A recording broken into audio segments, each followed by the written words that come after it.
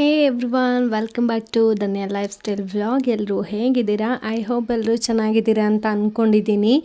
ಇನ್ನು ಇವತ್ತಿನ ವ್ಲಾಗಲ್ಲಿ ಮೋಸ್ಟ್ ರಿಕ್ವೆಸ್ಟೆಡ್ ಆಗಿರುವಂಥ ಒಂದು ವೆಜ್ ರೆಸಿಪಿನ ಶೇರ್ ಮಾಡ್ಕೊಳ್ತಾ ಇದ್ದೀನಿ. ಹಾಗೆ ನಾನು ಲಾಸ್ಟ್ ವ್ಲಾಗಲ್ಲಿ ತಿಳಿಸಿದ ಹಾಗೆ ಖಾರ ಪುಡಿನ ಮಾಡಿಸ್ಲಿಕ್ಕೆ ಅಂತ ಹೇಳಿಬಿಟ್ಟು ಪ್ರಿಪೇರ್ ಮಾಡ್ಕೊಂಡಿದ್ದೆ. ಅದರದ್ದು ಹೇಗೆಲ್ಲ ನಾವು ಪ್ರಿಪೇರ್ ಮಾಡಿಕೊಂಡು ಖಾರ ಪುಡಿನ ಮಾಡಿಸ್ಕೊಂಡ್ವಿ ಅಂತ ಹೇಳಿಬಿಟ್ಟು ಅದನ್ನು ಕೂಡ ಈ ವ್ಲಾಗಲ್ಲೇ ಶೇರ್ ಮಾಡ್ತಾ ಇದ್ದೀನಿ. ಯಾರ್ಯಾರೆಲ್ಲ ವೆಜ್ ರೆಸಿಪಿನ ಇಷ್ಟಪಡ್ತಿರೋ ಅವ್ರಿಗೆಲ್ಲ ಮೋಸ್ಟ್ ಫೇವ್ರೆಟ್ ರೆಸಿಪಿ ಅಂತಲೇ ಹೇಳ್ಬೋದು. ತುಂಬಾ ಸಕ್ಕತ್ತಾಗಿರುತ್ತೆ ಈ ರೆಸಿಪಿ ಅಂತೂ. ವಿಡಿಯೋನ ಸ್ಕಿಪ್ ಮಾಡದೆ ಕೊನೆವರೆಗೆ ನೋಡಿ ಅಂತ ಕೇಳ್ಕೊಳ್ತೀನಿ. ಬನ್ನಿ ತಡ ಮಾಡದೆ ವಿಡಿಯೋನ ಶುರು ಮಾಡೋಣ. ಮೊದಲಿಗೆ ನಾನು ಈ ವೆಜ್ ದಮ್ ಬಿರಿಯಾನಿನ ಮಾಡಲಿಕ್ಕೆ ಗ್ರೀನ್ ಚಟ್ನಿನ ರೆಡಿ ಮಾಡ್ಕೊಳ್ಳಿಕ್ಕೆ ಹಸಿರು ಮೆಣಸಿನ್ಕಾಯಿ, ಕೊತ್ತಂಬರಿ ಸೊಪ್ಪು ಮತ್ತು ಪುದೀನೆನ ಹಾಕಿಬಿಟ್ಟು ಒಂದು ಸ್ವಲ್ಪ ನೀರನ್ನು ಹಾಕಿ ರುಬ್ಬಿ ಎತ್ತಿಟ್ಕೊಂಡಿದ್ದೀನಿ. ಇನ್ನು ತರಕಾರಿನ ಮ್ಯಾರಿನೇಟ್ ಮಾಡ್ಕೊಳ್ಳಿಕ್ಕೆ ಅಂತ ಹೇಳಿಬಿಟ್ಟು ಪ್ರಿಪೇರ್ ಮಾಡ್ಕೊಂಡಿದ್ದೀನಿ. ತರಕಾರಿನ ಮ್ಯಾರಿನೇಟ್ ಮಾಡಿ ಇಟ್ಕೊಳ್ಳಿಕ್ಕೆ ಮೊದಲಿಗೆ ನಾನು ಒಂದಿಲ್ಲಿ ಅಗಲವಾಗಿರುವಂಥ ಒಂದು ಪಾತ್ರೆನ ತಗೊಂಡಿದ್ದೀನಿ. ಅದಕ್ಕೆ ಇವಾಗ ತರಕಾರಿನ ನಾನು ಕ್ಯಾರೆಟ್, ಬೀಟ್ರೋಟ್, ಕ್ಯಾಪ್ಸಿಕಮ್, ಕ್ಯಾಬೇಜ್ ಮತ್ತು ಬಟಾಣಿ, ಮಶ್ರೂಮ್ನ ತಗೊಂಡಿದ್ದೀನಿ. ಇಷ್ಟನ್ನು ಹಾಕ್ಕೊಂಡು ಇವಾಗ ನಾವು ಇದಕ್ಕೆ ಅರಿಶಿನ ಪುಡಿ, ಅಚ್ಕಾರ ಪುಡಿ, ಗರಂ ಮಸಾಲ, ಸ್ವಲ್ಪ ಬಿರಿಯಾನಿ ಪೌಡರ್, ಧನಿಯಾ ಪೌಡರು, ಇದಕ್ಕೆ ಸ್ವಲ್ಪ ಕಸೂರಿ ಮೆಥಿ ಮತ್ತು ಮೊಸರನ್ನ ಹಾಕಿಬಿಟ್ಟು ನೀಟಾಗಿ ತರಕಾರಿನ ಮ್ಯಾರಿನೇಟ್ ಮಾಡ್ಕೊಳ್ಬೇಕು. ಒಮ್ಮೆ ನೀಟಾಗಿ ಈ ಥರ ಮ್ಯಾರಿನೇಟ್ ಮಾಡಿ ಇದಾದ ನಂತರ ನಾವು ಆವಾಗಲೇ ಗ್ರೀನ್ ಚಟ್ನಿ ಮಾಡಿ ಇಟ್ಕೊಂಡಿದ್ವಿ ಅಲ್ವಾ, ಅದನ್ನು ಕೂಡ ಸೇರಿಸ್ಕೊಂಡು ಮತ್ತು ರುಚಿಗೆ ಎಷ್ಟು ಬೇಕೋ ಅಷ್ಟು ಉಪ್ಪನ್ನು ಹಾಕೊಂಡ್ಬಿಟ್ಟು ಚೆನ್ನಾಗಿ ಕಲಿಸ್ಬಿಟ್ಟು ನೀಟಾಗಿ ಒಂದು 10 ನಿಮಿಷ ಮ್ಯಾರಿನೇಟ್ ಆಗೋಕ್ಕೆ ಪಕ್ಕಕ್ಕೆ ಎತ್ತಿಟ್ಬಿಟ್ಟು ಇವಾಗ ಅನ್ನ ಮಾಡ್ಕೊಂಡು ಬಿಡೋಣ ಅಂತ ಹೇಳಿಬಿಟ್ಟು ಸ್ಟವ್ ಮೇಲೆ ಅನ್ನಕ್ಕೆ ನೀರು ಇಟ್ಬಿಟ್ಟು ನಾನು ಇಲ್ಲಿ 1.5 ಲೋಟ ಆಗುವಷ್ಟು ಬಾಸುಮತಿ ಅಕ್ಕಿನ ತೊಳೆದ್ಬಿಟ್ಟು ನೀಟಾಗಿ ನೆನೆ ಹಾಕೊಂಡಿದ್ದೀನಿ. ಇವಾಗ ನೀರಿಗೆ ಪಲಾವ್ ಸ್ಪೈಸಸ್ ಮತ್ತು ಲೆಮನ್ನ ಈ ಥರ 2 ಸ್ಲೈಸ್ ಆಗಿ ಮಾಡಿ ಹಾಕೊಂಡಿದ್ದೀನಿ. ಅದಾದ ನಂತರ ಸ್ವಲ್ಪ ಎಣ್ಣೆನ ಹಾಕಿಬಿಟ್ಟು ನೀರು ಚೆನ್ನಾಗಿ ಕಾದಿದ್ದಾದ ನಂತರ ಅಕ್ಕಿನ ಹಾಕಿಬಿಟ್ಟು ಚೆನ್ನಾಗಿ ಬೇಯಿಸ್ಕೊಳ್ಳೋದು. ಈ ಸಮಯದಲ್ಲಿ ನೀವು ಒಂದು ಕುದಿ ಬಂದಿದ್ದಾದ ನಂತರ ಉಪ್ಪನ್ನು ಕೂಡ ಸೇರಿಸ್ಕೊಂಡು ನೀವು ಅನ್ನನ ಬೇಯಿಸ್ಕೊಳ್ಬೇಕು. ಸುಮಾರು 3/4 ಭಾಗ ಅಷ್ಟು ಬೆಂದರೆ ಸಾಕಾಗುತ್ತೆ. ಅನ್ನ ಪೂರ್ತಿ ಬೇಯಿಸ್ಕೊಂಡು ಬಿಡಬೇಡಿ, ಮತ್ತು ಬಿರಿಯಾನಿ ಉದುದ್ರಾಗಿ ಬರೋದಿಲ್ಲ ತುಂಬ ಬೇಯಿಸ್ಬಿಟ್ರೆ. ಅದಕ್ಕಾಗಿ 3/4 ಭಾಗ ಬೆಂದಿದಾಗ ನೀವು ನೀರನ್ನು ತೆಗೆದುಬಿಟ್ಟು ಸಪ್ರೇಟ್ ಮಾಡ್ಕೊಂಡು ಬಿಡಬೇಕು. ನಾನು ಇವಾಗ ನೀಟಾಗಿ ಅನ್ನನ ತಿರುಗಿಸ್ಕೊಂಡು ಬೇಯಿಸ್ಕೊಳ್ತಾ ಇದ್ದೀನಿ. ಚೆಕ್ ಮಾಡ್ಕೊಳ್ತಾ ಇದ್ದೀನಿ 3/4 ಭಾಗ ಬೆಂದಿದೆಯಾ ಅಂತ ಹೇಳಿಬಿಟ್ಟು. ಇಷ್ಟು ಬೆಂದರೆ ಸಾಕಾಗುತ್ತೆ. ಇವಾಗ ಅನ್ನ 3/4 ಭಾಗ ಬೆಂದಿದೆ. ಇದನ್ನು ಒಂದು ಪಾತ್ರೆಗೆ ಇವಾಗ ಈ ಥರ ನೀರನ್ನ ಶೋಧಿಸ್ಲಿಕ್ಕೆ ಅಂತ ಹೇಳಿಬಿಟ್ಟು ಶಿಫ್ಟ್ ಮಾಡ್ಕೊಳ್ತಾ ಇದ್ದೀನಿ.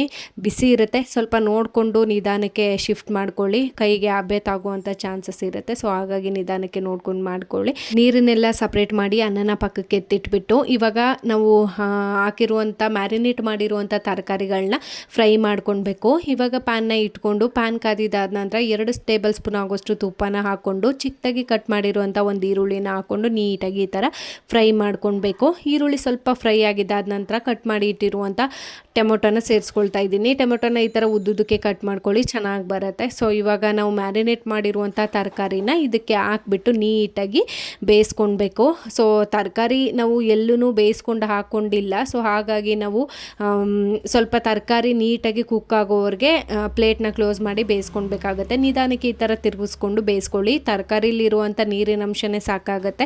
ಎಕ್ಸ್ಟ್ರಾ ನೀರೇನು ಸೇರಿಸೋ ಅವಶ್ಯಕತೆ ಇರೋದೇ ಇಲ್ಲ. ಬೇಕು ಅಂದರೆ ಒಂದು ಸ್ವಲ್ಪ ನೀರನ್ನು ಸೇರಿಸ್ಕೊಳ್ಬೋದು ನೀವು. ಏನಾದರೂ ನಾವು ಮ್ಯಾರಿನೇಟ್ ಮಾಡಿರುವಂಥ ತರಕಾರಿ ಸ್ವಲ್ಪ ಗಟ್ಟಿ ಕನ್ಸಿಸ್ಟೆನ್ಸಿಲಿ ಇತ್ತು ಅಂದರೆ ಸ್ವಲ್ಪ ನೀರನ್ನು ಸೇರಿಸ್ಕೊಂಡು ಬೇಯಿಸ್ಕೊಳ್ಳಿ. ಅದಾದ ನಂತರ ಸ್ವಲ್ಪ ತಿರುಗಿದ ತಕ್ಷಣ ತರಕಾರಿನೇ ಚೆನ್ನಾಗಿ ನೀರು ಬಿಟ್ಕೊಳ್ಳುತ್ತೆ. ಇವಾಗ ನಾನು ಈ ಥರ ನೀಟಾಗಿ ಲಿಟ್ಟನ್ನು ಕ್ಲೋಸ್ ಮಾಡಿ ಚೆನ್ನಾಗಿ ಬೇಯಿಸ್ಕೊಳ್ತೀನಿ.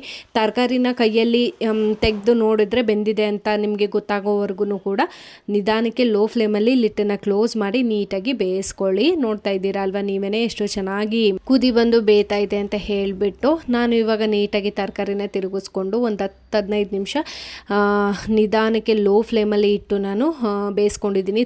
ಈ ಸಮಯದಲ್ಲಿ ರುಚಿಗೆ ತಕ್ಕಷ್ಟು ಉಪ್ಪನ್ನು ಕೂಡ ಆ್ಯಡ್ ಮಾಡ್ಕೊತಾ ಇದ್ದೀನಿ ನಾನು. ಅದಾಗಿದ್ದಾದ ನಂತರ 1-2 ಸತಿ ತಿರುಗಿಸ್ಬಿಟ್ಟು ಇದರ ಸ್ವಲ್ಪ ನಾವು ಏನು ತರಕಾರಿನ ಬೇಯಿಸಿರ್ತೀವಿ ಅಲ್ವಾ, ಅದರಲ್ಲಿರುವಂಥ ಸ್ವಲ್ಪ ರಸನ ತೆಗೆದಿಟ್ಕೊಂಡಿದ್ದೀನಿ. ದಮ್ ಕಟ್ಟಾದ್ಮೇಲೆ ಹಾಕಿದರೆ ಚೆನ್ನಾಗಿರತ್ತೆ ಅಂತ. ಇವಾಗ ತರಕಾರಿ ಎಲ್ಲ ಬೆಂದಿದೆಯಾ ಅಂತ ಹೇಳಿ ನೀವು ಒಂದು ಸರ್ತಿ ಕ್ರಾಸ್ ಚೆಕ್ ಮಾಡಿಕೊಂಡು ಬೇಕು ಅಂದರೆ ನೀವು ಟೇಸ್ಟನ್ನು ಕೂಡ ಚೆಕ್ ಮಾಡ್ಕೊಳ್ಬೋದು. ಆಲ್ರೆಡಿ ಅನ್ನಕ್ಕೆ ಉಪ್ಪು ಹಾಕಿನೇ ಮಾಡ್ಕೊಂಡಿರೋದ್ರಿಂದ ಮತ್ತೆ ಉಪ್ಪು ಹಾಕೋ ಅವಶ್ಯಕತೆ ಏನಿರಲ್ಲ. ಸೊ ನಾನು ಇವಾಗ ಟೊಮೊಟೊನ ಈ ಥರ ಡಿಸೈನಲ್ಲಿ ಕಟ್ ಮಾಡಿ ಒಂದು 5 ನಾನು ಈ ಥರ ಪ್ಲೇಸ್ ಮಾಡಿಕೊಂಡು ಇವಾಗ ಶೋಧಿಸಿ ಇಟ್ಕೊಂಡಿರುವಂಥ ಅನ್ನನೆಲ್ಲ ನೀಟಾಗಿ ಈ ಥರ ದಮ್ ಕಟ್ಟೋಕ್ಕೆ ನಾನು ರೆಡಿ ಮಾಡ್ಕೊಳ್ತಾ ಇದ್ದೀನಿ. ಪೂರ್ತಿ ನಾವು ಏನು ಅನ್ನ ಮಾಡ್ಕೊಂಡಿದ್ವಿ ಆ ಅನ್ನ ಪೂರ್ತಿಯಾಗಿ ಈ ಥರ ಫಿಲ್ ಮಾಡಿಬಿಟ್ಟು ಇವಾಗ ಇದ್ರ ಮೇಲ್ಗಡೆ ಒಂದು ಆನಿಯನ್ನ ಕಟ್ ಮಾಡಿ ಮಿಡ್ಲಲ್ಲಿ ಈ ಥರ ಪ್ಲೇಸ್ ಮಾಡ್ಕೊಂಡಿದ್ದೀನಿ. ಅದಾದ ನಂತರ ನಾನು ಡೀಪ್ ಫ್ರೈ ಆನಿಯನ್ನ ಕೂಡ ಹಾಕ್ಕೊಳ್ತಾ ಇದ್ದೀನಿ. ಅದಾದ ನಂತರ ಕೊತ್ತಂಬರಿ ಸೊಪ್ಪಲ್ಲಿ ಈ ಥರ ಡಿಸೈನ್ ಥರ ಹಾಕ್ಕೊಂಡಿದ್ದೀನಿ. ನಿಮ್ಗೆ ಯಾವ ಥರ ಹಾಕ್ಲಿಕ್ಕೆ ಸಾಧ್ಯ ಆಗುತ್ತೋ ಆ ಥರ ಹಾಕ್ಕೊಳ್ಬೋದು. ನಾನು ಆವಾಗಲೇ ತರಕಾರಿ ಬೇಯಬೇಕಾದ್ರೆ ಅದರದ್ದು ಸ್ವಲ್ಪ ಕಲೆಕ್ಟ್ ಮಾಡಿ ಇಟ್ಕೊಂಡಿದ್ದೆ ಅಲ್ವಾ, ಅದನ್ನು ಸೇರಿಸ್ಕೊಳ್ತಾ ಇದ್ದೀನಿ ಕಲರ್ ಚೆನ್ನಾಗಿ ಬರಲಿ ಅಂತ ಹೇಳಿಬಿಟ್ಟು. ಅದಾಗಿದ್ದಾದ ನಂತರ ಕಲ್ಲರಿಗೆ ಅಂತ ಹೇಳಿಬಿಟ್ಟು ಅರಶಿನ ಪುಡಿನ ಸ್ವಲ್ಪ ಕಳಿಸ್ಬಿಟ್ಟು ಈ ಥರ ಹಾಕ್ಕೊಂಡಿದ್ದೀನಿ. ಅದಾಗಿದ್ದಾದ ನಂತರ ಮೇಲ್ಗಡೆ 1 ಟೇಬಲ್ ಸ್ಪೂನ್ ಆಗೋಷ್ಟು ತುಪ್ಪನ ಹಾಕಿಬಿಟ್ಟು ಲಿಟನ್ನು ಕ್ಲೋಸ್ ಮಾಡಿ ಭಾರವಾಗಿರೋದೇನಾದರೂ ಪಾತ್ರೆ ಮೇಲೆ ಇಡಿ. ನಮ್ಮ ಮನೇಲಿ ಭಾರವಾಗಿರೋದು ಅಂದರೆ ಇದು ಒಂದೇ ವಸ್ತು. ಸೊ ನಾನು ಕುಟ್ಟಾಣಿನ ಈ ಥರ ಇಟ್ಬಿಟ್ಟು ದಮ್ ಕಟ್ತಾ ಇದ್ದೀನಿ. ಒಂದು 5ರಿಂದ 10 ನಿಮಿಷ ಚೆನ್ನಾಗಿ ಪಂಕೊಂಬಿಟ್ರೆ ತುಂಬ ಚೆನ್ನಾಗಿರುವಂಥ ವೆಜ್ ದಮ್ ಬಿರಿಯಾನಿ ರೆಡಿನೇ ಆಗೋಗ್ಬಿಡುತ್ತೆ. ಯೂಶ್ವಲಿ ನಾನು ನಾನ್ ವೆಜ್ ರೆಸಿಪೀಸ್ ಎಲ್ಲ ಮಾಡಿದಾಗ ಕಾಮೆಂಟ್ ಮಾಡಿ ಕೇಳ್ತಾನೆ ಇದ್ದರು, ಸಿಸ್ಟರ್ ವೆಜ್ಜಲ್ಲಿ ಏನಾದರೂ ಟ್ರೈ ಮಾಡಿ ನಮ್ಗೆ ಇಷ್ಟ ಆಗುತ್ತೆ ಅಂತ ಹೇಳಿಬಿಟ್ಟು. ಅದಕ್ಕಾಗಿ ನಾನು ವೆಜ್ ದಮ್ ಬಿರಿಯಾನಿ ರೆಸಿಪಿನ ಟ್ರೈ ಮಾಡಿದ್ದೀನಿ. ಒಂದು 5-10 ನಿಮಿಷ ಆದಮೇಲೆ ನಾನು ತೆಗೆದು ತೋರಿಸ್ತಾ ಇದ್ದೀನಿ. ನೋಡಿ ಎಷ್ಟು ಚೆನ್ನಾಗಿ ಬಂದಿದೆ ಅಂತ ಹೇಳಿಬಿಟ್ಟು. ಟೇಸ್ಟ್ ಅಂತೂ ತುಂಬ ಅಂದರೆ ತುಂಬಾ ಚೆನ್ನಾಗಿ ಬರುತ್ತೆ. ನೀವು ಕೂಡ ಟ್ರೈ ಮಾಡಿ ನೋಡಿ. ನನಗಂತೂ ತುಂಬಾ ಇಷ್ಟ ಆಯಿತು. ಹಸ್ಬೆಂಡ್ ಅಂತೂ ತುಂಬ ಇಷ್ಟಪಟ್ಟು ತಿಂದರು. ಮಕ್ಕಳಿಗೂ ಕೂಡ ಈ ಥರ ವೆಜ್ ಇಷ್ಟಪಡೋವಂಥ ಮಕ್ಕಳಿಗೂ ಕೂಡ ಮಾಡಿ ಕೊಡ್ಬೋದು. ತುಂಬ ಅಂದರೆ ತುಂಬಾ ಟೇಸ್ಟ್ ಚೆನ್ನಾಗಿ ಬರುತ್ತೆ. ಎಷ್ಟು ಉದುದ್ರಾಗಿ ಎಷ್ಟು ಕಲರ್ಫುಲ್ಲಾಗಿ ಬಂದಿದೆ ನೋಡ್ತಾ ಇದ್ದೀರಾ ಅಲ್ವಾ ನೀವೇ. ಇವಾಗ ತಿಂಡಿನ ನಾನು ಸರ್ವ್ ಮಾಡೋಣ ಅಂತ ಹೇಳಿಬಿಟ್ಟು ಸರ್ವ್ ಮಾಡ್ತಾ ಇದ್ದೀನಿ. ವೆಜ್ ದಮ್ ಬಿರಿಯಾನಿನ ನೋಡಲಿಕ್ಕೆ ಎಷ್ಟು ಸಕ್ಕತ್ತಾಗಿ ಕಾಣಿಸ್ತಿದೆಯೋ ತಿನ್ನೋಕ್ಕಂತೂ ತುಂಬಾ ಇಷ್ಟ ಆಗುತ್ತೆ. ತುಂಬ ಜನ ನನ್ನ ಯೂಟ್ಯೂಬ್ ಸಬ್ಸ್ಕ್ರೈಬರ್ ಕೆಲವೊಬ್ಬರು ವೆಜ್ ಇಷ್ಟಪಡೋರು ಇರ್ತಾರಲ್ಲ, ಅವ್ರಿಗೋಸ್ಕರ ಈ ವ್ಲಾಗ್ ಈ ಒಂದು ರೆಸಿಪಿನ ಟ್ರೈ ಮಾಡಿದ್ದೀನಿ. ಇವಾಗ ನಾನು ಸರ್ವ್ ಮಾಡ್ಕೊಳ್ತಾ ಇದ್ದೀನಿ. ಮೊಸರು ಜೊತೆಗೆ ಇದನ್ನು ಸರ್ವ್ ಮಾಡಿ ತುಂಬ ಅಂದರೆ ತುಂಬಾ ಚೆನ್ನಾಗಿರುತ್ತೆ ಟೇಸ್ಟ್ ಅಂತೂ. ಸೊ ಟಿಫನ್ ಎಲ್ಲ ಮುಗಿಸ್ಕೊಂಡು ಇನ್ನು ಖಾರ ಪುಡಿ ಮಾಡಿಸ್ಬೇಕಿತ್ತಲ್ವಾ, ಅದಕ್ಕೆ ಕೂಡ ಪ್ರಿಪ್ರೇಷನ್ನ ಮಾಡ್ಕೊಳ್ಳೋಣ ಅಂತ ಹೇಳಿಬಿಟ್ಟು ರೆಡಿ ಮಾಡ್ಕೊಳ್ತಾ ಇದ್ವಿ. ಸೊ ಟಿಫನ್ ಎಲ್ಲ ಮುಗಿಸ್ಕೊಂಡು ಇವಾಗ ಖಾರ ಪುಡಿ ಮಾಡಿಸ್ಲಿಕ್ಕೆ ಅಂತ ಹೇಳಿಬಿಟ್ಟು ಎಲ್ಲ ಕಾಳುಗಳನ್ನೂ ಕೂಡ ಹುರ್ಕೊಳ್ತಾ ಇದ್ದೀನಿ. ಏನೇನು ಕಾಳುಗಳನ್ನ ತೊಗೊಂಡಿದ್ವಿ ಖಾರ ಪುಡಿ ಮಾಡಲಿಕ್ಕೆ ಅಂತ ಹೇಳಿಬಿಟ್ಟು ನಾನು ಡಿಸ್ಕ್ರಿಪ್ಷನಲ್ಲಿ ಕೊಟ್ಟಿರ್ತೀನಿ, ಚೆಕ್ ಮಾಡ್ಕೊಳ್ಳಿ. ಮೊದಲಿಗೆ ನಾನಿಲ್ಲಿ ಕಡಲೆಕಾಳನ್ನ ಹಾಕಿಬಿಟ್ಟು ಹುರ್ಕೊಳ್ತಾ ಇದ್ದೀನಿ. ಅಮ್ಮ ಕೂಡ ಹೆಲ್ಪ್ ಮಾಡಿದರು ನನಗೆ ಸ್ವಲ್ಪ. ಸೊ ಇವಾಗ ಉರಿಗಡ್ಲೆನ ಹಾಕಿಬಿಟ್ಟು ನೀಟಾಗಿ ಫ್ರೈ ಮಾಡಿಕೊಂಡು ಒಂದು ದೊಡ್ಡದಾದ್ರ ಪಾತ್ರೆಗೆ ಈ ಥರ ಶಿಫ್ಟ್ ಮಾಡ್ಕೊಳ್ತಾ ಇರೋದು. ಸೊ ಮಾಮೂಲಿ ಸಾಂಬಾರು ಪೌಡರ್ಗೆ ಸ್ವಲ್ಪ ಕಾಳುಗಳನ್ನ ಹಾಕಬೇಕಾಗತ್ತೆ. ನಾನ್ ವೆಜ್ ಪೌಡರ್ಗೇನೋ ಅಷ್ಟೊಂದೇನು ಕಾಳುಗಳು ಯಾವುದು ಸೇರಿಸೋದಿಲ್ಲ. ಸೊ ಮುಂದೆ ಹೋಗ್ತಾ ಶೇರ್ ಮಾಡ್ತೀನಿ ಏನೇನು ತೊಗೊಂಡಿದ್ದೀನಿ ಅಂತ ಹೇಳಿಬಿಟ್ಟು. ನೆಕ್ಸ್ಟು ನಾನಿಲ್ಲಿ ಅಕ್ಕಿನ ಹಾಕ್ಬಿಟ್ಟು ಹುರ್ಕೊಳ್ತಾ ಇದ್ದೀವಿ. ಚೆನ್ನಾಗಿ ನಾವು ತೊಗೊಂಡಿರುವಂತಹ ಐಟಮ್ಸ್ಗಳೆಲ್ಲನೂ ಕೂಡ ನೀಟಾಗಿ ಸ್ವಲ್ಪ ಘಮ ಬರೋವರೆಗೆ ನೀಟಾಗಿ ಹುರಿದ್ಬಿಟ್ಟು ಸೇರಿಸ್ಕೊಬೇಕಾಗತ್ತೆ. ನೆಕ್ಸ್ಟು ನಾನಿಲ್ಲಿ ಬೇಳೆನ ತೊಗೊಂಡಿದ್ದೀನಿ. ಬೇಳೆನ ನಾನಿಲ್ಲಿ ಮನೆ ಬೇಳೆನ ಯೂಸ್ ಮಾಡ್ಕೊಂಡಿದ್ದೀನಿ. ಅದನ್ನು ಕೂಡ ಹುರಿದ್ಬಿಟ್ಟು ನೀಟಾಗಿ ಈ ಥರ ಒಂದು ದೊಡ್ಡ ಪಾತ್ರೆಗೆ ಸೇರಿಸ್ಕೊಳ್ತಾ ಇರುವಂಥದ್ದು. ನೆಕ್ಸ್ಟ್ ನಾನಿಲ್ಲಿ ಉದ್ದಿನ ಬೇಳೆನ ಹಾಕ್ಕೊಂಡು ಚೆನ್ನಾಗಿ ಹುರ್ಕೊಳ್ತಾ ಇದ್ದೀನಿ. ಪ್ರತಿಯೊಂದನ್ನು ಕೂಡ ಘಮ ಬರೋವರೆಗೆ ನೀಟಾಗಿ ನಿಧಾನಕ್ಕೆ ಲೋ ಫ್ಲೇಮಲ್ಲಿ ಇಟ್ಕೊಂಡು ಹುರ್ಕೊಳ್ಬೇಕು. ಸ್ವಲ್ಪನೂ ಸೀಸಬೇಡಿ. ಸುಮಾರು ನಾನಿವಾಗ ಮಾಡಿಸ್ತಿರುವಂತಹ ಖಾರ ಪುಡಿ ಆಲ್ಮೋಸ್ಟ್ 8 to 10 months ಬರುತ್ತೆ. ಸೊ ಹಾಗಾಗಿ ಅಷ್ಟು ದಿನ ಇಟ್ಕೊಳ್ಳುವಂಥ ಖಾರ ಪುಡಿನ ನಿಧಾನಕ್ಕೆ ನೀಟಾಗಿ ಲೋ ಫ್ಲೇಮಲ್ಲಿ ಇಟ್ಕೊಂಡು ನಿಧಾನಕ್ಕೆ ಹುರ್ಕೊಳ್ಬೇಕು. ಇವಾಗ ಉದ್ದಿನ ಬೇಳೆನ ಕೂಡ ಹುರಿದ್ಬಿಟ್ಟು ಇದಕ್ಕೆ ಸೇರಿಸ್ಕೊಳ್ತಾ ಇದ್ದೀನಿ. ಅದಾಗಿದ್ದಾದ ನಂತರ ನಾನಿಲ್ಲಿ ಹೆಸರು ಬೇಳೆನ ತೊಗೊಂಡಿದ್ದೀನಿ. ಹೆಸರು ಬೇಳೆನೂ ಕೂಡ ಚೆನ್ನಾಗಿ ಹುರಿದ್ಬಿಟ್ಟು ಸೇರಿಸ್ಕೊಳ್ಬೇಕು. ಪ್ರತಿಯೊಂದನ್ನು ಹುರಿಬೇಕಾದ್ರೂ ಕೂಡ ನಾವು ಸ್ಟವ್ದು ಫ್ಲೇಮ್ ಮೇಲೆ ಗಮನ ಇಟ್ಕೊಳ್ಳಿ ಮತ್ತು ಕೈ ಬಿಡದೆ ಚೆನ್ನಾಗಿ ಈ ಥರ ಮಿಕ್ಸ್ ಮಾಡ್ಕೊತಾನೆ ಇರಬೇಕು. ನೆಕ್ಸ್ಟ್ ನಾನು ಅದನ್ನು ಕೂಡ ಒಂದು ದೊಡ್ಡ ಪಾತ್ರೆಗೆ ಸೇರಿಸ್ಬಿಟ್ಟು ನೆಕ್ಸ್ಟು ಮೆಣಸನ್ನ ಹಾಕಿಬಿಟ್ಟು ಉರಿತಾ ಇದ್ದೀವಿ. ಸೊ ಅಮ್ಮಂಗೆ ಪಾತ್ರೆ ಸುಡ್ತಾ ಇದೆ ಅನ್ನೋಷ್ಟು ಗಮನ ಇಲ್ಲ ಅವ್ರಿಗೆ. ಡೈರೆಕ್ಟು ಕೈಯಲ್ಲೇ ಫ್ರೈ ಮಾಡ್ತಾ ಇದ್ದಾರೆ ಅವರು. ಅವ್ರಿಗಿದೆಲ್ಲ ಅಭ್ಯಾಸ ಆಗಿಬಿಟ್ಟಿದೆ. ಸೊ ನಮಗೆ ಮಾತ್ರ ಭಯ ಅಷ್ಟೇ. ಇವಾಗ ಮೆಣಸನ್ನು ಕೂಡ ಹುರಿದ್ಬಿಟ್ಟು ಹಾಕ್ಕೊಳ್ತಾ ಇದ್ದೀನಿ. ಅದಾಗಿದ್ದಾದ ನಂತರ ಮೆಂತ್ಯನ ಹಾಕ್ಕೊಂಡಿದ್ದೀನಿ. ಪ್ರತಿ ಒಂದು ಐಟಮ್ನು ಕೂಡ ಎಷ್ಟೆಷ್ಟು ಕ್ವಾಂಟಿಟಿಲಿ ತೊಗೊಂಡಿದ್ದೀನಿ ಅಂತ ನಾನು ಡಿಸ್ಕ್ರಿಪ್ಷನಲ್ಲಿ ಮೆನ್ಷನ್ ಮಾಡಿರ್ತೀನಿ. ಟೈಮ್ ಇತ್ತು, ಇಂಟ್ರೆಸ್ಟ್ ಇತ್ತು ಅಂದರೆ ಪ್ಲೀಸ್ ಒಮ್ಮೆ ಚೆಕ್ ಮಾಡಿ ಆಯಿತಾ. ಇವಾಗ ಮೆಂತ್ಯನೂ ಕೂಡ ಹುರಿದ್ಬಿಟ್ಟು ಹಾಕ್ಕೊಂಡು ನೆಕ್ಸ್ಟು ಜೀರಿಗೆನ ಹುರ್ಕೊಳ್ತಾ ಇದ್ದೀನಿ. ಜೀರಿಗೆ ಅಂತೂ ಚಟಪಟ ಅಂತ ಸಿಡಿತಿದ್ದಂಗೆ ಘಮ ಘಮ ಅಂತ ಸ್ಮೆಲ್ ಬರುತ್ತೆ. ಸೊ ಆ ಸ್ಮೆಲ್ ನಂಗೆ ತುಂಬಾ ಇಷ್ಟ. ಸೊ ಜೀರಿಗೆನೂ ಕೂಡ ಚೆನ್ನಾಗಿ ಚಟಪಟ ಅಂತ ಸಿಡಿಯೋವರೆಗೆ ಘಮ ಬರೋವರೆಗೆ ನೀಟಾಗಿ ಫ್ರೈ ಮಾಡಿಬಿಟ್ಟು ಹಾಕ್ಕೊಂಡು ನೆಕ್ಸ್ಟು ಕಡಲೆಬೇಳೆನ ಹಾಕ್ಕೊಳ್ತಾ ಇದ್ದೀನಿ. ಇದನ್ನು ಕೂಡ ನೀಟಾಗಿ ನಾವು ಫ್ರೈ ಮಾಡಿ ಹಾಕ್ಕೊಂಡ್ಬಿಟ್ಟು ನೆಕ್ಸ್ಟು ನಾನಿಲ್ಲಿ ಸಾಸಿವೆನ ತೊಗೊಂಡಿದ್ದೀನಿ. ಸಾಸಿವೆನೂ ಅಷ್ಟೇ ಲೋ ಫ್ಲೇಮಲ್ಲಿ ನಿಧಾನಕ್ಕೆ ಫ್ರೈ ಮಾಡ್ಕೊಳ್ಳಿ. ತುಂಬ ಹೈ ಫ್ಲೇಮ್ ಕೊಟ್ಬಿಡ್ತು ಅಂದರೆ ಸೀದೆ ಹೋಗ್ಬಿಡುತ್ತೆ ಸಾಸಿವೆ. ಸೊ ಹಾಗಾಗಿ ಮೀಡಿಯಮ್ ಫ್ಲೇಮಲ್ಲಿ ಇಟ್ಕೊಂಡು ನಿಧಾನಕ್ಕೆ ನಾನು ಈ ಥರ ಫ್ರೈ ಮಾಡ್ಕೊಂಡಿದ್ದೀನಿ. ಸೊ ಸ್ವಲ್ಪ ಟೈಮ್ ತಗೊಳುತ್ತೆ ಅಷ್ಟೇನೆ. ಇವಾಗ ಅದನ್ನು ಸಾಸಿವೆ ಚೆನ್ನಾಗಿ ಚಟಪಟ ಅಂತ ಸಿಡಿದು ಘಮ ಘಮ ಅಂತ ಸ್ಮೆಲ್ ಬಂದಿದೆ. ಇವಾಗ ಅದನ್ನು ಕೂಡ ಅಲ್ಲಿಗೆ ಶಿಫ್ಟ್ ಮಾಡಿಕೊಂಡು ಒಂದು 2 ಕಟ್ಟಾಗುವಷ್ಟು ನಾನು ಕರಿಬೇವಿನ ಸೊಪ್ಪನ್ನು ತೊಗೊಂಡಿದ್ದೀನಿ. ಅದನ್ನು ಕೂಡ ಇವಾಗ ಸೇರಿಸ್ಬಿಟ್ಟು ಇವಾಗ ಧನಿಯನ ಹುರ್ಕೊಳ್ತಾ ಇದ್ದೀನಿ. ಧನಿಯನೂ ಅಷ್ಟೇ ನಿಧಾನಕ್ಕೆ ಲೋ ಫ್ಲೇಮಲ್ಲಿ ಇಟ್ಕೊಂಡು ಹುರ್ಕೊಂಡಿದ್ದಾದ ನಂತರ ನಾನಿಲ್ಲಿ ಬ್ಯಾಡಗೆ ಮೆಣಸಿನ್ಕಾಯಿನ ಹಾಕಿಬಿಟ್ಟು ಹುರ್ಕೊಳ್ತಾ ಇದ್ದೀನಿ. ನೋಡ್ತಾ ಇದ್ದೀರಲ್ವ ನೀವೇ, ಮೆಣಸಿನ್ಕಾಯಿ ಉರಿಬೇಕಾದ್ರಂತೂ ತುಂಬಾ ಕೆಮ್ಮು ಬರ್ತಾ ಇರುತ್ತೆ. ಸೊ ನನ್ನ ಕೈಲಿ ಕಂಟ್ರೋಲೇ ಮಾಡೋಕ್ಕಾಗಿಲ್ಲ. ಸೊ ಹಾಗಾಗಿ ಅಮ್ಮ ಕೊಡು ನಾನು ಸ್ವಲ್ಪ ಮಾಡ್ತೀನಿ ಅಂತ ಹೇಳಿಬಿಟ್ಟು ಅವರು ಈಸ್ಕೊಂಡ್ರು.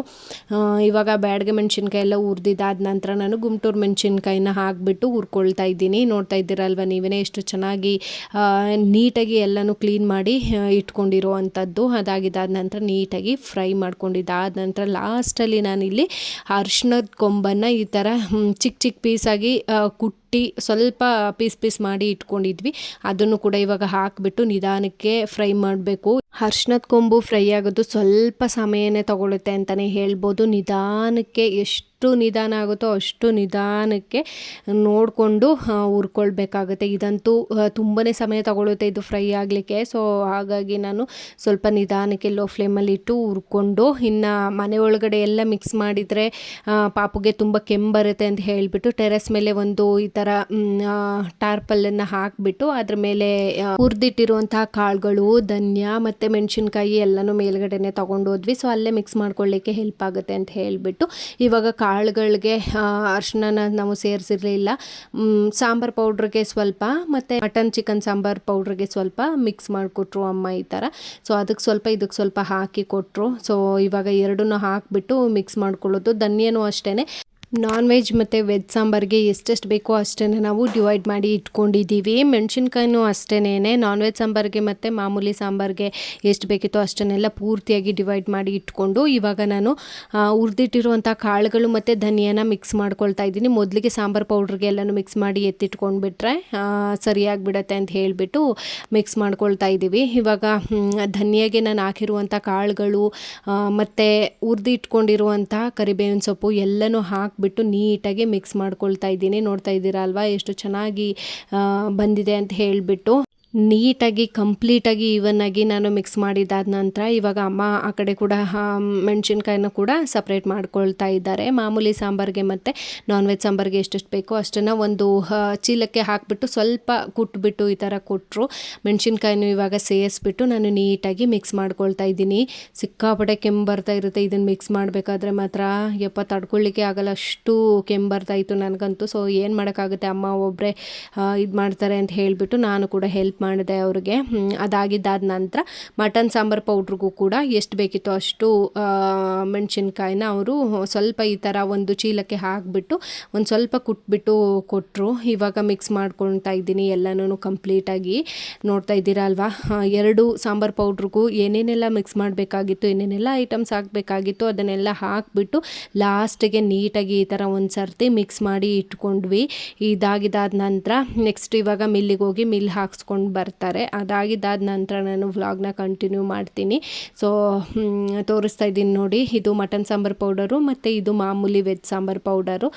ಸೊ ಇವಾಗ ಎರಡನ್ನೂ ರೆಡಿ ಮಾಡಿ ಇಟ್ಬಿಟ್ಟು ಇವಾಗ ಅವ್ರು ತೊಗೊಂಡು ಹೋಗ್ತಾರೆ. ಅಷ್ಟರೊಳಗಾಗಿ ನಾನು ಇನ್ನು ಸ್ವಲ್ಪ ಕೆಲಸ ಇತ್ತು ಅದನ್ನೆಲ್ಲ ಮುಗಿಸ್ಕೊಂಡೆ. ನಾನು ಕೆಲಸ ಮುಗಿಸೋ ಅಷ್ಟೊತ್ತಿಗೆ ಅವರು ಮಿಲ್ ಕೂಡ ಮಾಡಿಸ್ಕೊಂಡು ಬಂದರು. ಇವಾಗ ಅಮ್ಮ ಅದನ್ನು ಆರಕ್ಕೆ ಬಿಡೋಣ ಅಂತ ಹೇಳಿಬಿಟ್ಟು ಜರಡಿ ಮಾಡ್ಕೊಳ್ಳಿಕ್ಕೆ ರೆಡಿ ಮಾಡ್ಕೊಳ್ತಾ ಇದ್ದಾರೆ. ಸೊ ಇವಾಗ ಸಾಂಬಾರು ಪೌಡರು ಮತ್ತು ನಾನ್ ವೆಜ್ ಸಾಂಬಾರು ಪೌಡರ್ ಎರಡೂ ಕೂಡ ರೆಡಿ ಆಯಿತು.